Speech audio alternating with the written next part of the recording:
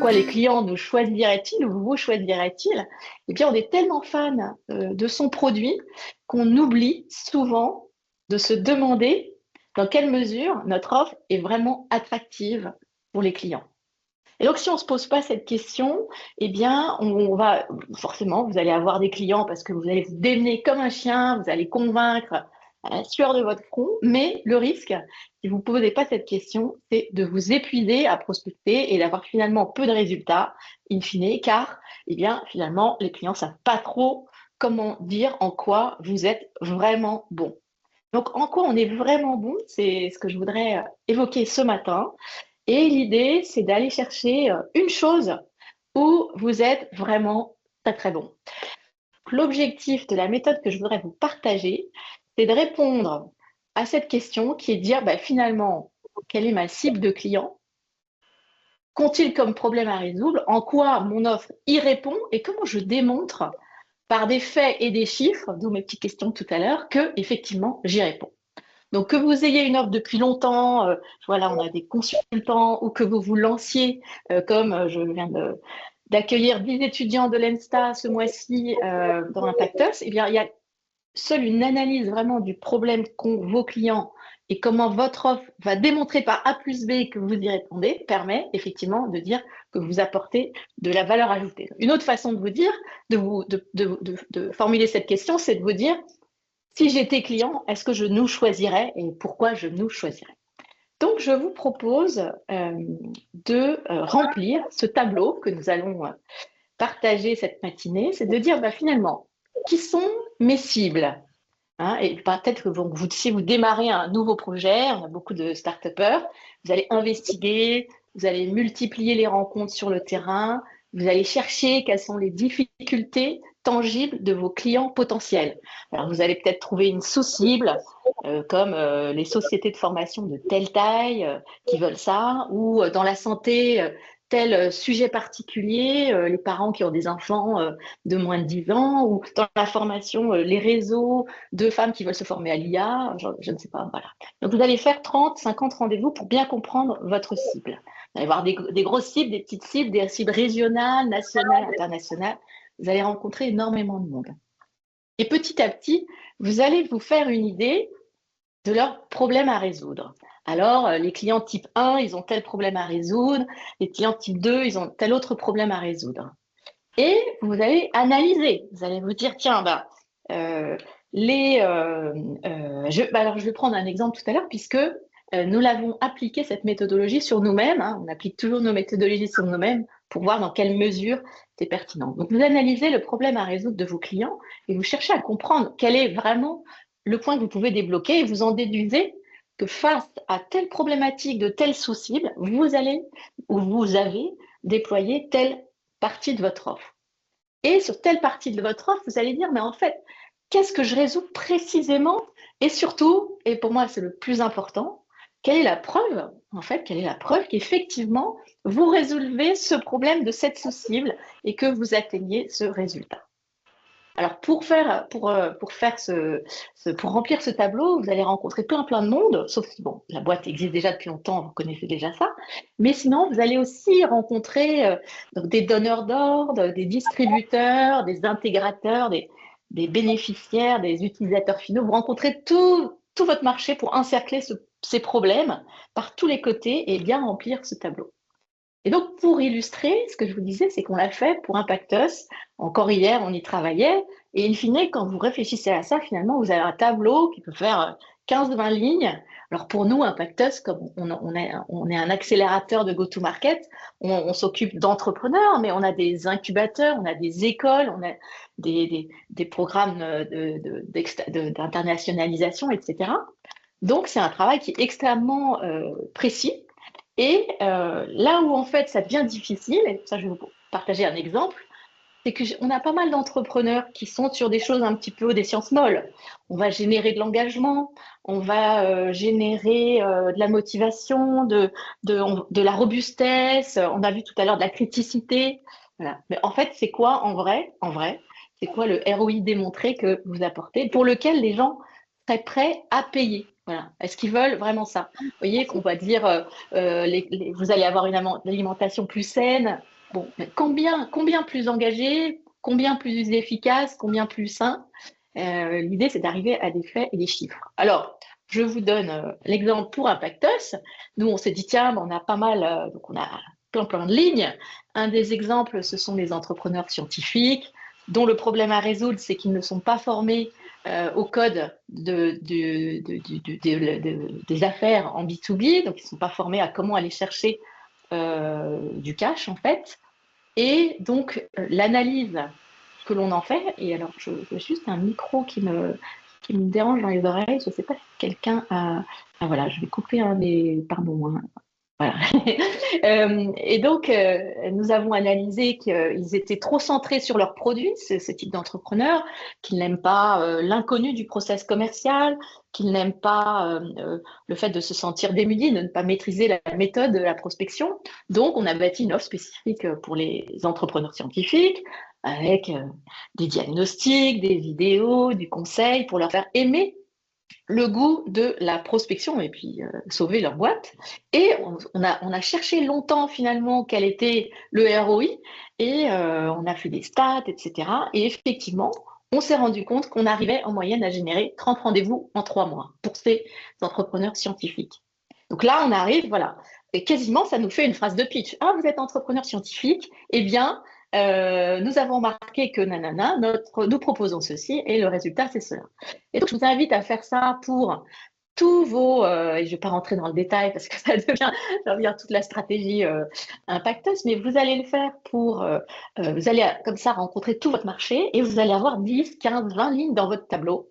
Et le but, si je reviens au sujet de tout à l'heure, c'est de vous dire, OK, quelle est la sous-cible, la sous-problématique où vous êtes le meilleur, où, et vous allez trier votre tableau selon 4 critères, pardon, le problème à résoudre qui est le plus flagrant. Toujours, j'ai un entrepreneur, il me dit, mais c'est flagrant, j'ai fait 35 rendez-vous et il y a ça qui était une ligne parmi tout son tableau. Les lignes où votre client, votre marché est prêt le plus à payer. Ah, ce sont les cabinets, les cadres qui cherchent du travail, mais qui ont envie de donner du sens à leur carrière. Voilà. Celle où le marché est le plus important. J'adresse tous les organismes de formation, mais je problématique hyper précise. Et enfin, les lignes où vous apportez le plus de valeur, c'est-à-dire la ligne de droite où effectivement, il n'y a pas photo, le ROI, il est vraiment tangible et démontré. Voilà. Ensuite, bon, vous triez vos lignes, vous supprimez tout le reste et vous dites, bah, finalement, ma problématique, là où je suis vraiment meilleure, eh bien, c'est celle-ci. Hein, ça vous donne donc les clients qui seraient prêts à vous acheter, la liste des arguments qui permet de démontrer que vous répondez à un problème précis. Et donc, ça vous permet de vous concentrer sur ces lignes où il y a le plus de ROI, le retour sur investissement et le plus de marché. Donc, ça vous fait finalement, une fois que vous avez fait ce travail, c'est un travail qui nécessite beaucoup d'entretien, beaucoup de concentration. En général, on arrive à un ROI qui est un peu mou. Hein, voilà, ça va être plus sécurisé, plus robuste, ils vont être plus satisfaits, ils vont être rassurés. Oui, ça, c'est en fait... et pourquoi en fait on a mis en place cette méthodologie, et ce sera ma conclusion avant de pouvoir poursuivre les échanges avec vous, c'est que si vous pensez par exemple à Doctolib, licorne française, alors aujourd'hui on va dire c'est place de marché de la médecine, mais ils n'ont pas démarré comme ça. Ils ont démarré par une fonctionnalité où ils étaient très très bons. C'est de prendre rendez-vous avec son médecin. Quand on y pense, c'est quand même pas très compliqué. Voire même, on pourrait dire, c'est quand même assez trivial. Eh bien, ils ont pris ce problème. Par contre, ils l'ont extrêmement bien résolu. Donc, ils faisaient une seule chose, mais ils le faisaient très, très, très bien. Pourquoi? Parce que le consommateur que nous sommes tous, on a extrêmement de mal à changer d'habitude parce que notre cerveau déteste changer d'habitude. Donc, si on veut changer d'habitude pour aller sur Doctolib, pour aller chez vous, eh bien, l'offre doit être très, très, très bonne. D'où ma question. Et vous, s'il y avait une seule chose, une fonctionnalité, un service que vous déployez, lequel choisisseriez-vous? vraiment très, très bon. Pour lancer les discussions, ce que je vous propose en complément donc, du partage de ce tableau, voilà, donc je vais d'ailleurs le départager désormais, c'est de vous inviter vous-même faire rapidement cet exercice et de vous dire dans votre tête quelle est la sous-cible, le type de client, les PME, les TPE, les boîtes du Sud, les profils de dirigeants comme ci, les gens qui achètent des stylos. Bon, quelle est la sous-partie de votre cible? Quelle est leur problématique sur laquelle vous êtes vraiment très très bon? Et si ça vous va, je vous propose de partager cette petite phrase qu'on a vue tout à l'heure, mais en la complétant, et je vais en profiter d'ailleurs pour lire les autres petites phrases que je n'ai pas dites, en disant, bah, finalement, pour telle cible, je vends telle sous-offre, on va dire, sous-offre ou telle offre, voilà, je ne vais d'ailleurs pas mettre sous-offre, telle offre, et la valeur ajoutée pour ce client, c'est, et là, ça va essayer de mettre un résultat tangible. Voilà, donc, je partage ma petite phrase. Donc, je vos phrases, parce que donc, il y en a un paquet qui sont arrivés. Là, on voit dans l'architecture, la rénovation énergétique, j'ai envie de dire, ah ben oui, optimisation du budget, mais de combien? Et là, si vous me dites, voilà, vous allez optimiser votre budget de 25% et la rénovation énergétique sera efficace à X%, je pense que là, vous allez démontrer, vous allez chercher, tout le monde va être convaincu. Je vends un abonnement en dessous de 10 euros, très intéressant, voilà, on voit très bien exactement. Un gain sur son reste à vivre, mais aussi un accompagnement sur la prise de main. Alors, je ne comprends pas, pardon. C'est quoi le gain sur le reste à vivre? Bon, j'ai peut-être mal compris. Le diagnostic, intéressant, Pierre ou Guillaume, diagnostic de la valeur ajoutée que j'apporte au client. Identifier 3 cailloux dans la chaussure qui empêchent l'entreprise de franchir un cap. Tiens, bon, bah, on comprend tout de suite parce qu'il y a un fait, un chiffre. Joli. Voilà, alors je pense que là, ce serait intéressant qu'on réfléchisse à, OK, grandir, espace clair, humain, concret, effectivement, je pense qu'il y a sans doute des pépites à aller chercher derrière qui seraient un tout petit peu plus spécifiques.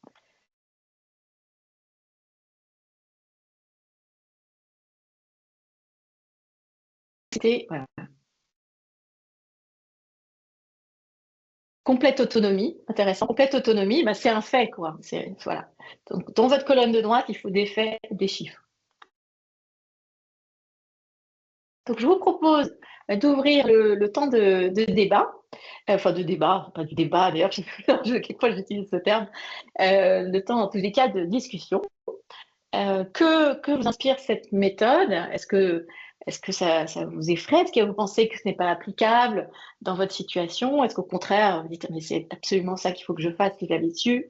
Voilà, comment vous réagissez par rapport à ça? Lever la main ou réagir dans le chat.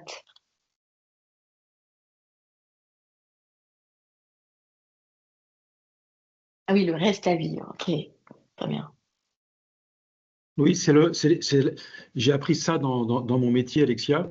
Je trouvais ça un peu dur au départ, hein, le reste à vivre. C'est pas le nombre de jours qui nous reste à vivre, non, non. Oui, c'est ça. Au début, ça faisait bizarre. Maintenant, moi, j'ai l'habitude, malheureusement ou heureusement, j'en sais rien. Mais c'est exactement la même phrase qu'utilisent les banquiers lorsqu'on va leur demander un prêt. Ils vont calculer ton reste à vivre. C'est quand tu as tout payé, voilà, qu'est-ce qui te reste chaque mois. Ok, super. Et la question qu'on peut se poser, du coup, Fabrice, c'est est-ce que tes clients connaissent l'expression? Absolument pas, mais je leur dis pas. Ils la connaissent Ok, pas, ok, bien sûr. Non, d'accord. je leur dis autrement. Ok, Je super, dis pas, génial. surtout, en fait, je déteste cette expression. Bon, Karim, c'est exceptionnel. Est-ce que tu nous partages? Merci, merci, merci.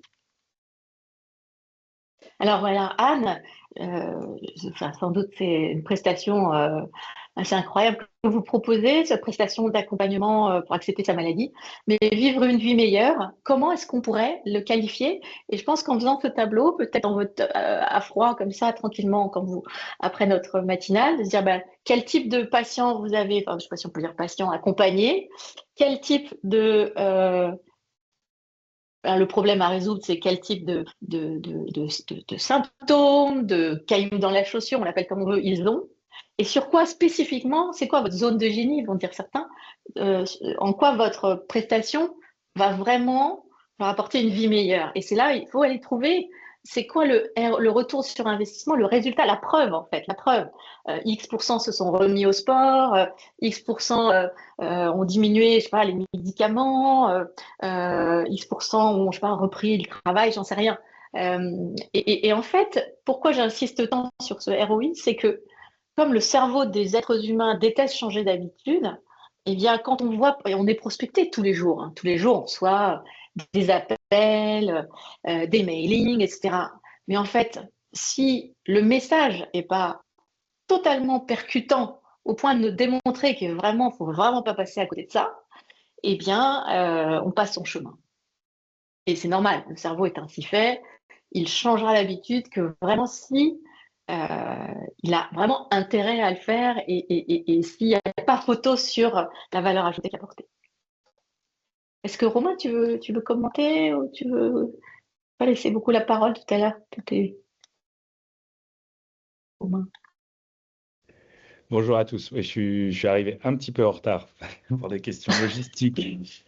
Euh, il y a, pour moi le plus important, c'est de trouver même un tout petit marché, un tout petit, on s'entend, il faut qu'il y ait plus qu'un client, euh, où ça transforme vite. Pourquoi? Parce que ça va vous apprendre à vendre à un client, à aller jusqu'au bout du process, à délivrer de la valeur. Et, et surtout, bah, sans doute, facturer le client un peu d'air sur la trésor et qui vous permettra d'améliorer votre produit euh, pour l'emmener sur des marchés adjacents. Donc des clients où ça nécessite peut-être un petit peu plus d'effort commercial, peut-être un petit peu plus de features parce qu'il faut créer un peu plus de valeur, un petit peu plus d'intégration avec d'autres services, etc. Donc le but, c'est de trouver vraiment le premier marché qui va signer avec vous. Donc, celui qui va signer les yeux fermés, c'est là où on est vraiment, là où vous êtes le meilleur. Est-ce que quelqu'un veut se lancer, on n'est pas très nombreux, sur son activité et qu'on brainstorm sur comment trouver cette sous-cible, ce sous-marché? Je... Oui? Ah, ok. Bah, moi, c'est un peu, je sais pas, bon, je sais pas ce qu'on peut dire complexe ou pas, mais moi, ce que je veux, en fait, je sais que ma cible, et alors, c'est les propriétaires de résidences secondaires. Et ce que je veux faire, moi, c'est vraiment les aider à avoir une plus-value, mais dans l'immersif à thème culturel et historique, selon la région où ils se trouvent. Et après, ensuite, je leur ramène des clients. Donc, ça veut dire qu'ensuite, on a aussi les clients, les voyageurs passionnés d'immersif et qui n'ont pas juste envie d'une conception de voyage, de voir, visiter tel monument, telle expérience, mais ils ont envie de la vivre aussi dans l'hébergement et par les commerces où ils passent. Ok. Donc, votre cible, ce sont donc les voyageurs passionnés d'immersif. Plus Donc le qu'atypique. atypique. Et vous dites, ce qu'ils cherchent, c'est vivre une expérience dans l'hébergement qui soit également immersive. Est-ce que vous pouvez Voilà. préciser ce problème à résoudre, c'est-à-dire qu'est-ce qui ne leur convient pas? Est-ce qu'ils veulent, elles veulent, oui, je sais pas, je me rends pas compte. Est-ce qu'ils cherchent à vivre, à être transportés dans le temps? Est-ce qu'ils cherchent à être transportés euh, dans une culture? Enfin, est-ce que vous pouvez préciser le besoin qu'ils ont? Bah, de ce que j'ai pu faire et de ce que j'ai pu recueillir de par mes petites études de marché, j'ai encore à faire, il y a encore un travail à faire, bah, c'est que les personnes, elles veulent découvrir une nouvelle culture, elles veulent du bien-être, et d'autres, pour les propriétaires, bah non, d'abord les voyageurs, pardon, je vais trop loin. Ouais. Pardon. Elles veulent quoi d'autre? Elles veulent pas que vivre, visiter simplement en extérieur un festival ou un monument. Elles veulent aussi continuer à vivre, à être transportées et à en apprendre sur la culture, le bien-être ou la région. Ok.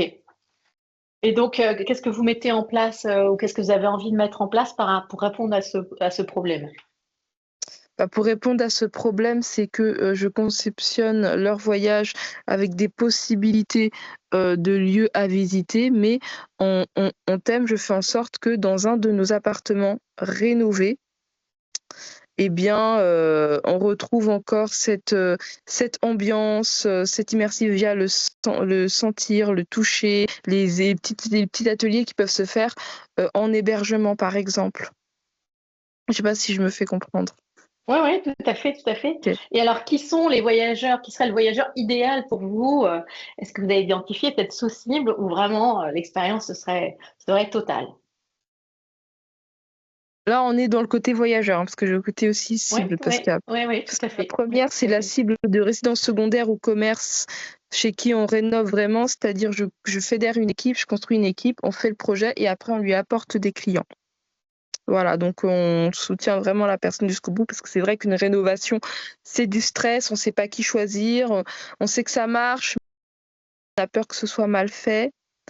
Mm. Et aussi, du coup, bah, eux, ce qu'ils veulent, j'ai remarqué, s'ils veulent donner une vraie expérience particulière et unique à leurs voyageurs, mais pour eux aussi, ils veulent avoir quelque chose d'unique Oui.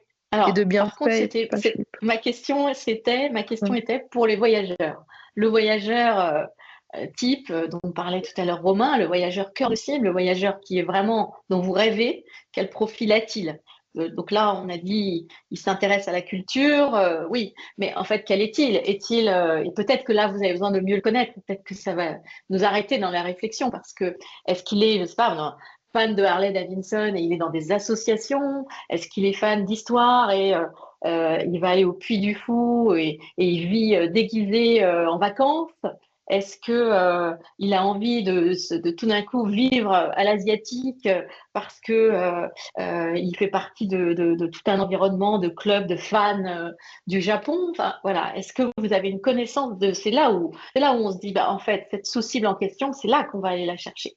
Et vous allez peut-être vous rendre compte que waouh, les gens qui adorent le Japon, mais alors ils sont prêts à mettre vraiment beaucoup d'argent pour vivre une expérience.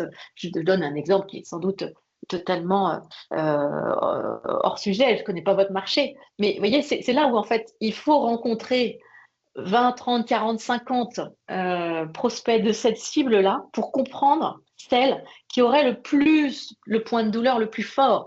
Ceux qui veulent vivre au Moyen-Âge, alors autant au Japon, on va aller au Japon, mais ceux qui veulent vivre comme au Moyen-Âge, ils ont nulle part où le vivre. Et c'est peut-être eux qui ont le plus besoin, le plus fort d'immersion dans le Moyen-Âge. Et c'est ça, Mhm. en fait, qu'il faut aller le chercher. C'est exactement ce type d'exemple. Je ne sais pas si vous avez pu faire ce travail. Si j'ai pu, pas vraiment, même si j'ai eu des réponses à mes questionnaires et à mes propres recherches, mais je pense qu'il me resterait encore peut-être des interviews à préparer après ça. Oui, alors tout à fait. Donc ça ne se fait que par interview. On ne peut pas Mm. remplir ce type de tableau dans cette finesse d'analyse par du Google Search OpenAI et de la réflexion ou de l'intuition personnelle.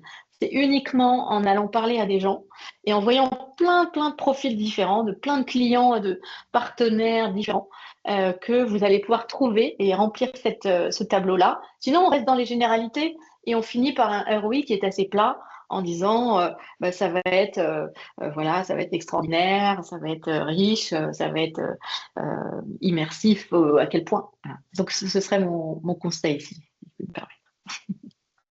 Mhm.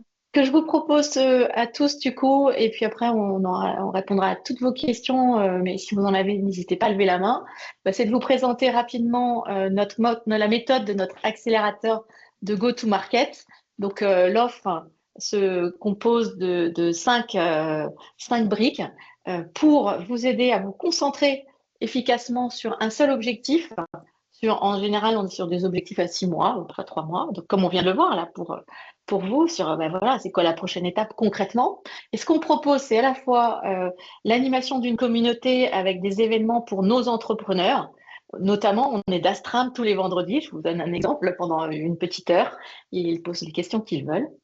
Nous proposons également des sessions en one-to-one avec uniquement toujours des entrepreneurs chevronnés qui ont déjà été repeat entrepreneurs, qui ont vraiment énormément de bouteilles.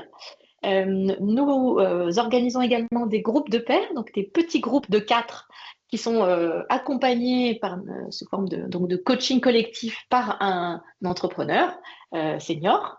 Et puis, il y a tout un volet digital à droite, une feuille de route, donc une roadmap que nous vous adressons par mail tous les lundis qui vous dit en fait l'action à réaliser en priorité. Donc, c'est généré par une IA qui va réfléchir sur la base de toute notre expérience. Nous avons digitalisé tout ce que nous faisons. Et donc, ça vous dit chaque semaine l'action qui va vous aider à augmenter vos chances de succès. Et puis, tout un volet EdTech avec une centaine de contenus qui vous sont aussi envoyés chaque semaine au compte-gouttes pour vous apporter de la méthodologie. Les bénéfices, on parlait de retour sur investissement, les voilà, les nôtres. Et bien, à gauche, ce sont plus les éléments de différenciation par rapport à tout ce qui existe. C'est que nous, on vous aide à être focus. On ne voit pas ton écran. Pardon? On ne voit pas ton écran. Ah mince. Ah d'accord. Merci. Ça a dû sauter. Merci Romain. Hop. Donc là, c'était, merci, les 5 briques de notre offre et puis les retours sur investissement. Bien à gauche, en quoi nous sommes différents du reste des programmes d'accompagnement. On vous aide à être focus sur un objectif et nous, c'est la mise sur le marché, votre chiffre d'affaires, votre trésor, éventuellement vos levées de fonds. Sans engagement, vous arrivez quand vous voulez, vous partez quand vous voulez. Pas de période de quoi que ce soit. Et c'est un mix entre de l'humain avec nous, avec Romain, avec moi-même, et avec du digital qui vous aide, un peu comme un petit gimmick qui chaque semaine va vous interpeller de différentes façons, toujours sur votre objectif. Et les résultats que nous avons sur les 6 derniers mois, c'est qu'on voit sur chaque étape du go-to-market, eh bien, on a différents résultats. Il y en a qui ont besoin de valider leur marché. 14% de nos entrepreneurs ont validé leur marché. Un tiers ont calé précisément leur proposition de valeur. Et la proposition de valeur, en fait, c'est finalement ce fameux tableau dont on parlait. 43%, ça c'est une demande qu'on a très souvent, c'est que des entrepreneurs ne sont pas alignés sur la façon de vendre. Ils détestent ça, ils ne savent pas comment s'y prendre de façon et que ce soit efficace.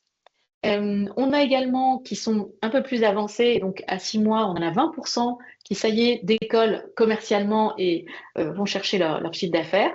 Et en moyenne, tous nos entrepreneurs confondus, en moyenne, génèrent, alors je crois que le vrai chiffre c'est 39 rendez-vous en 3 mois. Donc c'est la promesse que l'on vous fait. Et puis ceux qui cherchent à obtenir des rendez-vous, en moyenne, eh bien ils ont un quart de leurs demandes de rendez-vous qui sont acceptées.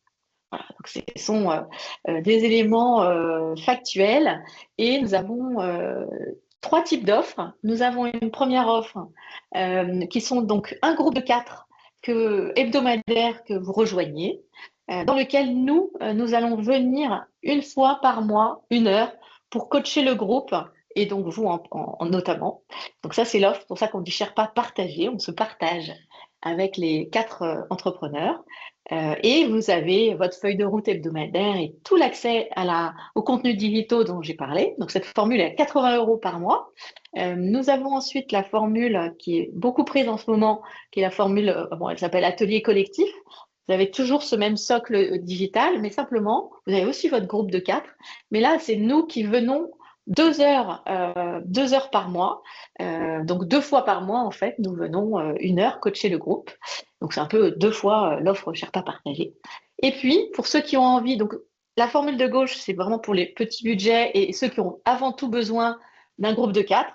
La formule de droite, 290 €, vous avez votre Sherpa, donc nous sommes Sherpa, dédié en individuel et c'est vraiment pour ceux qui ont besoin de fonds, de méthodes, puisque là, on est dédié à vous pendant 1 heure. Et en général, les entrepreneurs qui choisissent cette formule ne prennent pas forcément le groupe parce que ça peut faire beaucoup, mais en tout cas, il est possible d'avoir le groupe. Et on a plein de packs également, vous verrez sur notre site, sur des packs one-shot. Est-ce que ma boîte est faite pour faire une levée de fonds? Mon projet stop ou encore? Je n'arrive pas à décrocher des rendez-vous. Donc, n'hésitez pas à visiter le site impactus.plus. On a plein de bonnes notes et aussi plein de partenaires avec qui nous commençons à collaborer. Donc, pour vous tous qui sont connectés ce matin, je vous enverrai par mail.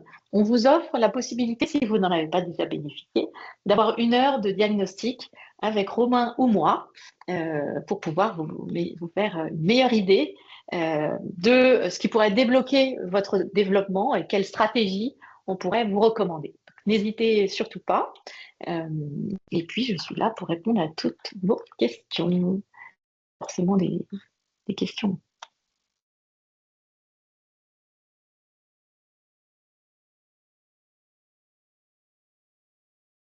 Donc, entre-temps, vous avez beaucoup complété les phrases. Génial. Alexia, Oui. moi, j'ai une question. Tu parlais de 25% de transformation en prise de rendez-vous. Moi, ça me semble énorme. D'habitude, là, le taux moyen, c'est 10, non?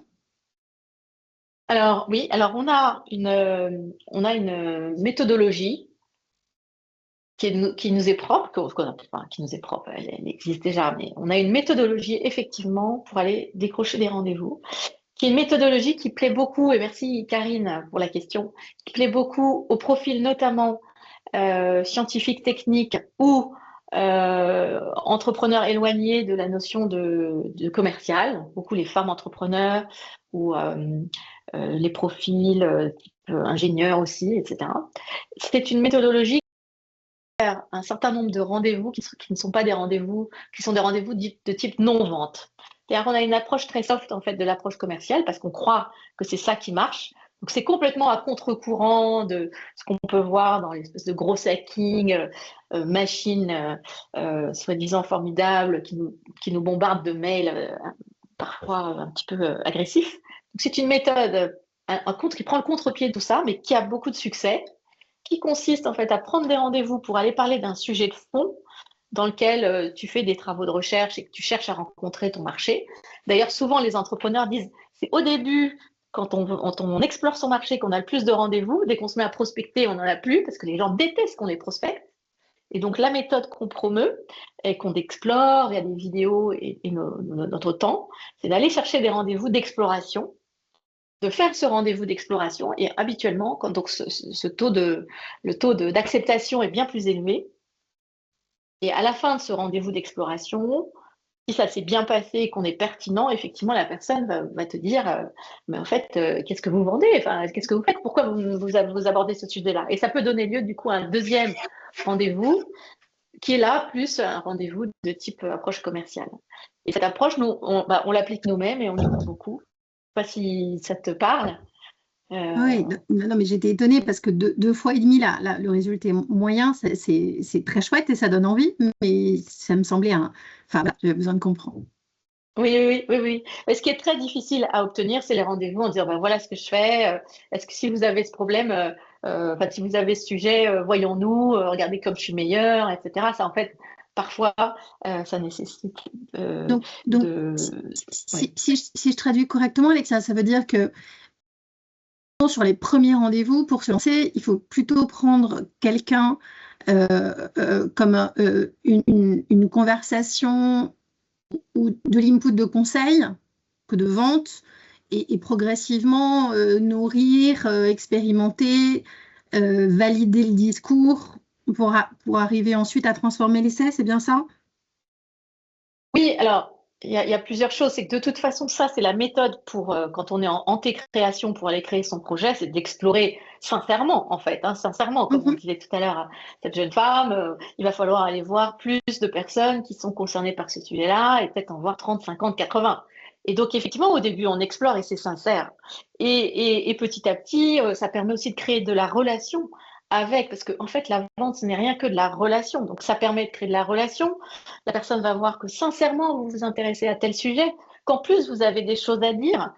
Mais la règle d'or, c'est de ne surtout pas chercher à vendre pendant ce premier rendez-vous. C'est vraiment de créer la relation, de susciter l'intérêt. Après, bien sûr, il y a aussi tout ce qu'on sait sur le commercial. Ça permet d'apprendre du client, etc. Mais surtout, là, dans la méthode qu'on propose, c'est d'être dans l'exploration et de même pas parler de son produit, en fait, être vraiment dans le sujet de fond rattaché à son produit.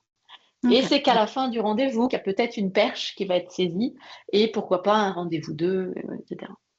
Bon, ben, ça aide à passer à l'action alors. C'est moins intimidant. Oui, oui, alors, oui, exactement, exactement. Et donc, ça permet d'avoir aussi plus de taux de succès. Tout à fait. Et ce côté très intimidant, tu as raison, c'est vraiment la vertu. Beaucoup d'entrepreneurs nous contactent justement parce qu'ils sont un peu bloqués par rapport à ça, ils procrastinent, ils s'y mettent pas. Fabrice. Ah oui, Fabrice, ben oui, on vous enverra on vous enverra le lien. Super. Super. Je vois que leur fille, qui d'autre aurait, merci Karine pour la question, qui d'autre aurait une question, une remarque, un partage?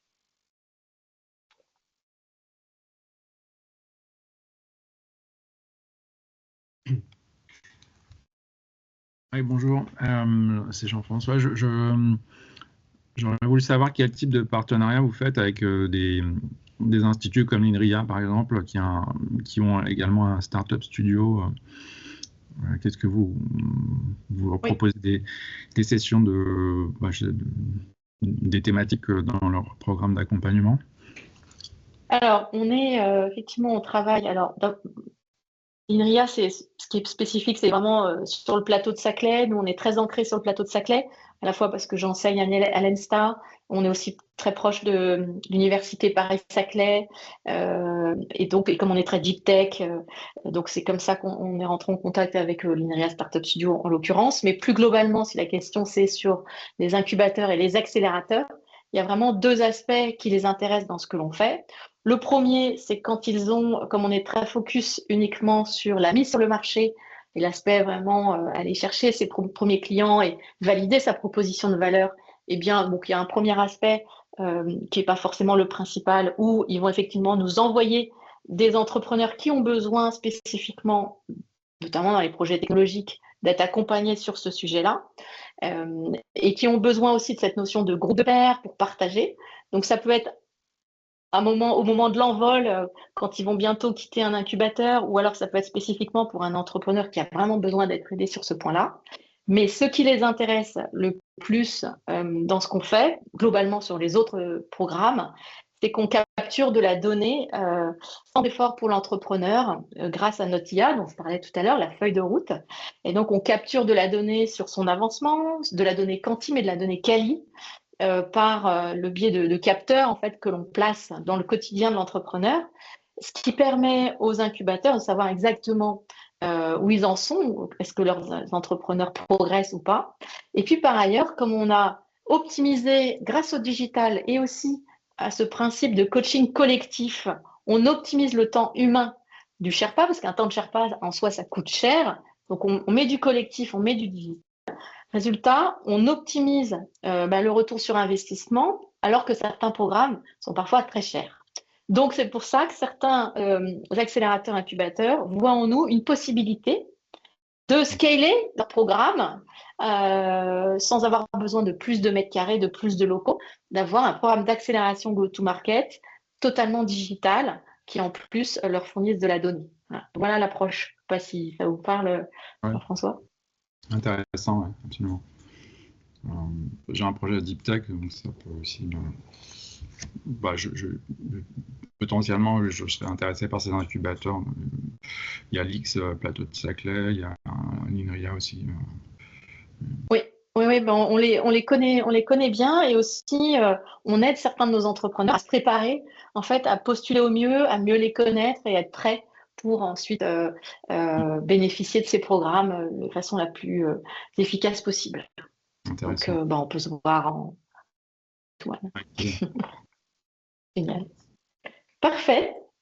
Eh bien, je vous propose à tous de nous retrouver le mois prochain, ce sera Romain qui partagera sur un de nos sujets fétiches. Et puis, bonne semaine, bon mois de novembre. Et puis, à très bientôt. Puis, on vous envoie ce lien. N'hésitez pas à nous recontacter. À bientôt. À bientôt, Bonne bon mois de journée. novembre. Merci, bonne journée. Merci. Au revoir.